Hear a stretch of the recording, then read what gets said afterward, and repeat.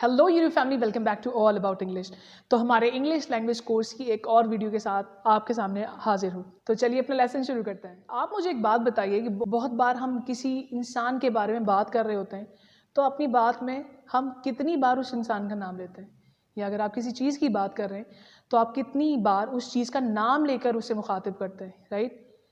नहीं करते, राइट? हो सकता है हम उस चीज़ का नाम या उस शख्स का नाम सिर्फ एक बार यूज़ करते हैं और आगे हम कुछ और वर्ड्स लगाकर अपनी बात को आगे कंटिन्यू करते हैं। तो आज हम उसी टॉपिक के बारे में बात करने वाले हैं, जिसे हम इंग्लिश में कहते हैं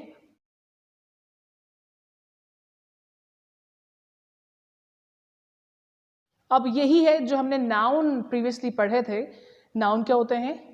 किसी भी चीज़, शख्स, जगह या जानवर के नाम। अब आप फॉर एग्जांपल अपने दोस्त के बारे में बात कर रहे हैं, आप मुझे अपने दोस्त के बारे में बता रहे हैं। ख्याल कीजिए और अपने दोस्त के बारे में 3-4 जुमले बताइए। क्या आप हर जुमले में उसका नाम रिपीट करेंगे? नहीं। या अगर आपने कभी किसी एक फेमस पर्सन के बारे में एक एस्से लिखा है, एक नोट लिखा है, क्या आपने हर सेंटेंस के शुरू में, हर जुमले के शुरू में उस शख्स का नाम लिखा है? ऐसा नहीं है। तो आज मैं आप लोगों को बताऊंगा कि हम नाउन्स की जगह प्रोनाउंस यूज़ करते हैं और बहुत सारे मिसकंसेप्शंस भी हम डिस्कस करेंगे जो अक्सर इंग्लिश सीखने वालों को क्लियर नहीं होते, राइट? सो बेसिकली होते हैं 7 pronounce: I, we, you, they, he, she and it। अब देखिए, बहुत सारे इसमें से ऐसे हैं जिसमें से कोई कन्फ्यूजन नहीं होती, राइट? लेकिन बहुत सारे ऐसे हैं जिनमें हमें कन्फ्यूजन होती है कि भाई अगर चीज़ है कोई तो उसके साथ क्या यूज़ होगा, क्या हम जानवरों के साथ ही और शी यूज़ कर सकते हैं या नहीं कर सकते, राइट? तो आज सारी कन्फ्यूजन्स आपकी दूर होंगी इसी लेसन में। तो बेसिकली जब मैं अपने बारे में बात करूँगा, मैं अपना इंट्रोडक्शन आपको दूंगा, तो मैं कहूँगा my name is Mohammad Areeb, I am a teacher. अब आप देख सकते हैं मैंने अपना नाम आपको बताया पहले जुमले में, लेकिन सेकंड जुमले में, दूसरे जुमले में मैंने अपने नाम की जगह यूज़ किया एक वर्ड जो था आई। तो आई जो है वो आप अपने लिए यूज़ करते हैं, right? I am a teacher, मैं एक टीचर हूँ। अब यहाँ पर आपने अपना प्रोफेशन बताना है। अगर आप एक स्टूडेंट हैं तो आप कहेंगे आई एम अ स्टूडेंट। अगर आप एक डॉक्टर हैं आप कहेंगे आई एम अ डॉक्टर। अगर आप एक जो भी आप हैं, इंजीनियर हैं, तो आप यहाँ पर ये कहेंगे। साथ साथ अगर प्रैक्टिस करेंगे तो ज़्यादा बेहतर है, राइट? अब आपके सामने एक शख्स है, फ़र्क नहीं पड़ता कि वो कौन है, वो एक मेल है या फीमेल है, उसकी एज कितनी है, कोई फ़र्क नहीं पड़ता। आपके सामने अगर एक शख्स है तो उसके लिए हम लोग यूज़ करेंगे यू। लेकिन अगर आपके सामने कोई एक से ज़्यादा लोग मौजूद हैं, जैसे मेरे सामने आप ऑडियंस हैं, बहुत सारे लोग हैं, तो हमारी यूट्यूब फैमिली जो है बहुत सारे लोग हैं वहाँ पर, तो हम उन सब के लिए भी यू का वर्ड यूज़ करेंगे। जैसे कि यू आर माई व्यूअर या you are my student, right? तो यू का वर्ड है वो सिंगुलर और प्लूरल दोनों के लिए यूज़ होता है, राइट? देन बारी आती है वी की। वी का मतलब है जब आप अपने साथ किसी और को भी शामिल कर लेते हैं। For example, we are a family, हम एक फैमिली हैं। We are a family. तो वी का वर्ड है, मतलब वी हम वहाँ यूज़ करेंगे जब आप अपने साथ किसी और को भी शामिल कर रहे होते हैं, राइट? नेक्स्ट, दे। दे का वर्ड यूज़ करेंगे जब आप और आपके सामने जो शख्स बात कर, आप हो गए आए, सामने वाला है यू। लेकिन अगर आप किसी तीसरे शख्स के बारे में बात कर रहे हैं जो आपकी डिस्कशन का पार्ट नहीं है, अक्सर लोग बोलते हैं जो गैर हाजिर हो, जो वहाँ मौजूद ना हो, लेकिन इससे कोई फ़र्क नहीं पड़ता कि वो वहाँ है या नहीं है। अगर आप जिस शख्स से बात कर रहे हैं उसके अलावा बहुत सारे लोग और हैं, कम से कम 2 से ज़्यादा हैं या 2 हैं, उनके लिए आप यूज़ करेंगे दे, राइट? फॉर एग्जाम्पल, मैं आपसे बात कर रहा हूँ और मेरे साथ मेरे 2 और दोस्त हैं, तो मैं आपको कहूँगा कि दे आर माई फ्रेंड्स। मैं आपसे उन 2 लोगों को इंट्रोड्यूस करवा रहा हूँ, तो मैं कहूँगा meet Ali and Ahmed, they are my friends. तो मैं आपसे मुखातिब हूँ और ये जो 2 साथ मेरे खड़े हैं, मैं चूँकि आपसे बात कर रहा हूँ तो ये मेरे लिए थर्ड पर्सन हो जाएंगे। ये क्योंकि मैं अभी इनसे हम कलाम बात नहीं कर रहा, तो मैं इनके लिए यूज़ करूँगा दे का वर्ड। अब ये 2 हो या 2 से 2000 हो, सबके लिए हम 2 का वर्ड यूज़ करेंगे, राइट? सो मैं ये वही सेंटेंस लिख देता हूँ, they are my friends. Right. अब अगर सामने आप अगर इन दो लोगों, अभी मैंने दो लोगों की एग्जाम्पल दी, अली और अहमद की, अगर सिर्फ अली होता तो मैं कहता ही, क्योंकि अली जो है वो एक लड़का है, लेकिन रिगार्डलेस ऑफ हिज एज, उसकी एज से कोई फ़र्क नहीं पड़ता। अगर वो एक छोटा सा बच्चा है, अगर वो एक बड़ा आदमी है, बूढ़ा है या जवान है, उससे कोई फ़र्क नहीं पड़ता, आपने उसके साथ ही का वर्ड ही यूज़ करना है। He is a student. अगर कोई लड़की होती तो हम यूज़ करते शी। सेम सिचुएशन, अगर साथ कोई शख्स है, वो एक फीमेल है, औरत है, लड़की है, जवान है, बूढ़ी है, ऐसा कोई फ़र्क नहीं पड़ता, आपने उसके साथ शी का वर्ड ही यूज़ करना है, right. She is a doctor, right. अब नेक्स्ट बारी आती है, अगर कोई चीज़ नॉन लिविंग है, बेजान है, या तो उसके लिए हम लोग यूज़ करेंगे इट का वर्ड।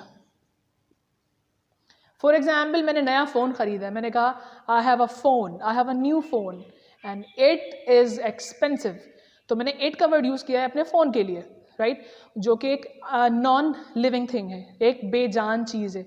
लेकिन इट का वर्ड यूज़ हो सकता है आपके किसी एनिमल के लिए भी जो कि एक हो।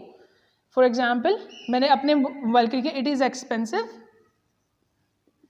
नेक्स्ट मैं आपको एनिमल का एक सेंटेंस बना के दिखा देता हूँ, that I have a cat and it is so cute. It is so cute. अब cute का वर्ड मैंने यूज़ किया है अपने उस, फॉर एग्जाम्पल, उस कैट के लिए जो मेरे पास है, राइट। आगे बढ़ते हैं। अब अगर आप इस हेडिंग पर गौर करें तो they, he and she for non living and animals, जी हाँ, ये जो तीन हमने प्रोनाउंस लिखे हैं, ये नॉन लिविंग और एनिमल्स के लिए भी यूज़ हो सकते हैं।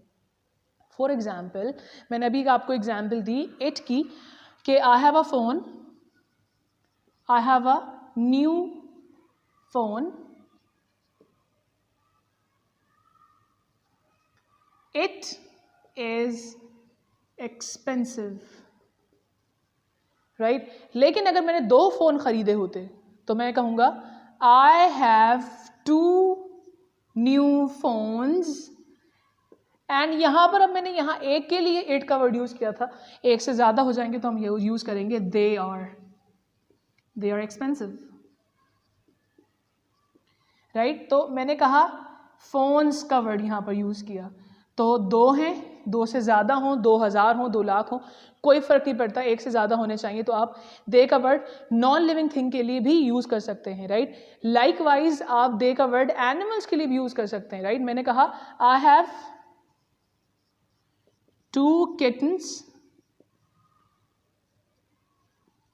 2 बिल्ली के बच्चे हैं मेरे पास, kittens मीन्स बिल्ली के बच्चे, they are so fluffy, वो बहुत नर्म मुलायम है, नर्म मुलायम, फ्लफ़ी मीन्स नर्म मुलायम, तो मैंने 2 kittens के लिए क्या यूज़ किया है यहाँ पर, दे का वर्ड यूज़ किया है, right, you can see, right. अब आप कहेंगे नॉन लिविंग थिंग्स के लिए हम ही और शी का वर्ड कैसे यूज़ कर सकते हैं, तो ही और शी का वर्ड हर एक नॉन लिविंग थिंग के लिए आप यूज़ नहीं कर सकते, लेकिन बहुत सारी कंट्रीज़ के नाम के साथ शी का वर्ड यूज़ होता है, राइट। तो वहाँ पर आपको चेक करना पड़ेगा कि उस कंट्री के साथ कौन सा, नॉर्मली क्या होता है, हम इट का वर्ड यूज़ करते हैं, और अगर आपको पता है कि उस कंट्री के साथ या उस सिटी के साथ ही और शी का वर्ड यूज़ होता है तो आप वो यूज़ कर सकते हैं। अभी मैं बात करूँगा कि आप कैसे ही और शी का वर्ड यूज़ कर सकते हैं अपने एनिमल्स के साथ, राइट। अगर आपको पता है अपने एनिमल्स का जेंडर कि वो एक मेल है या फीमेल है, तो आप उसके साथ ही और शी का वर्ड ही यूज़ करेंगे। फॉर एग्जाम्पल, अगर आपको पता है कि आपके पास एक हॉर्स है, आई हैव अ हॉर्स, राइट, और उसके साथ आप यूज़ करेंगे he is so strong, right. तो आपने अपने हॉर्स के साथ ही का वर्ड यूज़ किया बिकॉज आपको पता था कि वो आपका जो हॉर्स है वो एक मेल हॉर्स है, राइट।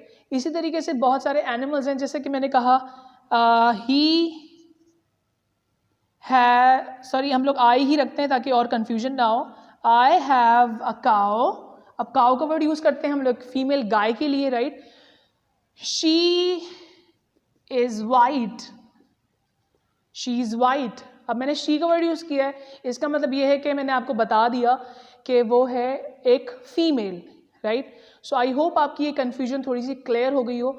ज़रूरी नहीं है आप एनिमल्स के साथ सिर्फ इट का वर्ड यूज़ करें या दे का वर्ड यूज़ करें, राइट। आप इसके साथ साथ ही और शी का वर्ड यूज़ कर सकते हैं जब आपको जेंडर कन्फर्म है, right. So this is it for you guys today. I hope आपको आज का जो प्रोनाउन का हमारा लेसन था वो समझ में आया होगा। तो आपने प्रैक्टिस के लिए बस इतना ही करना है कि आपने आसपास वाले लोगों को देखना है कि अगर आपके सामने एक आदमी है तो आप उसके लिए क्या यूज़ करेंगे, अगर एक औरत है तो क्या यूज़ करेंगे, एक से ज़्यादा अगर बच्चे हैं, मेल हैं तो क्या यूज़ करेंगे, एक से ज़्यादा बच्चियां हैं तो क्या यूज़ करेंगे, आपके सामने जो शख्स है आप उसके लिए क्या यूज़ करते हैं, राइट। तो बहुत सारी एग्जाम्पल्स हमारे आसपास होती हैं, आपने बस एनालाइज करना है, सोचना है और फिर उन्हें प्रैक्टिस करना है। So this is it for you guys today. आपको अगर आज का लेसन समझ में आया हो, don't forget to subscribe to our channel. अपने फ्रेंड्स से ज़रूर शेयर कीजिए ताकि वो भी इंग्लिश सीख सकें। तो अगली वीडियो तक के लिए अल्लाह हाफिज़।